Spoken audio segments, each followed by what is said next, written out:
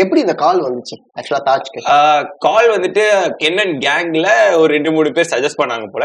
Ken வந்துட்டு இவன் பண்ணலாமே அப்படின்னு சொல்லிட்டு சொல்லியிருந்தாரு.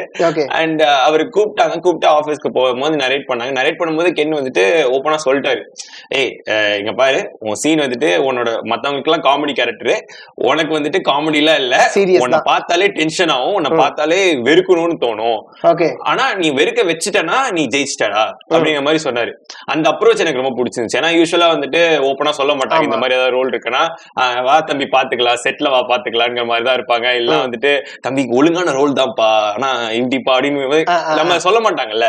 ஆனா கென் வந்துட்டு அந்த அந்த ரெஸ்பெக்டோட இங்க பாரு இப்படிதான் இருக்க போகுது அப்படிங்கிற மாதிரி நேர்படியா சொன்ன போது எனக்கு அது பண்றதுக்கான இன்ட்ரெஸ்டும் இன்னும் அதிகமா இருந்தது. அண்ட் அவர் சொன்னாரு, நீ யூஸ்வலா பாக்குற மாதிரி காமெடியா உன்னை பாத்திருப்பாங்க, உன்ன ஒரு ரொம்ப ஒரு சாஃப்டான சாதுவான பையனாதான் பாத்திருப்பாங்க, நீ ஒரு கொஞ்சம் சீரியஸா கொஞ்சம் ஆரகண்டா அந்த மாதிரி இருக்கணும் அப்படிங்கிற மாதிரி ஒரு ரோல்னு சொன்னாங்க.